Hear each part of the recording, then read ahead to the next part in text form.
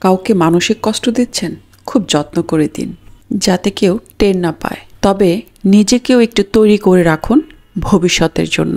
যে কষ্ট আজ আপনি অন্যকে দিচ্ছেন, সে কষ্ট দুনিয়াতে পুরোটা না হলেও মিনিমাম ভোগ তো আপনাকে দুনিয়াতেই করে যেতে হবে।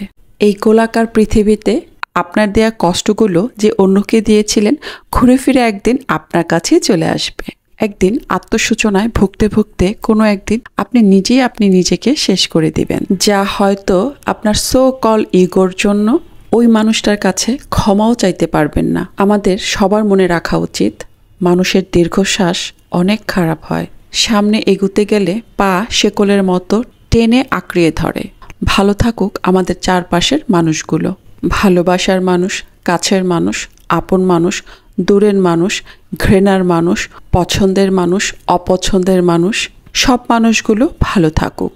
অভিশাপ না দিলেও রুহের হাই বলে একটা কথা আছে, যাকে রিভেঞ্জ অফ নেচার বলে, যাকে আমাদের বিশ্বাস করতেই হবে। প্রকৃতি কোনো কিছু ভোলে না, শুধু সময়ের ব্যবধান মাত্র।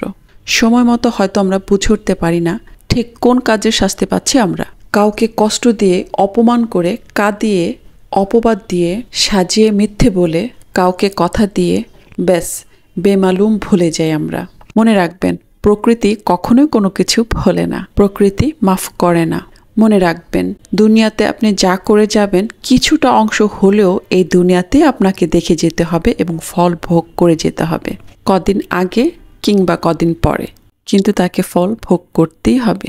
এমনকি যার সাথে ইচ্ছাকৃতভাবে অন্যায় করে, তার সাথে খারাপ আচরণ করে নিজেকে জয়ী ভেবে আপনি যে ফুরফুরে মেজাজে আছেন, মনের আনন্দে যে ঘুরে বেড়াচ্ছেন, অপর পক্ষ থেকে হয়তো আপনাকে প্রতিবাদ করবে না, যেটা সে কখনোই করে আসে নাই, কিন্তু তার অপর পক্ষ থেকে নীরবতা, কষ্টে থেকে আসা তার দীর্ঘশ্বাস আপনার সাথে বোঝাপড়াটা সঠিক সময় তা করে নেবে।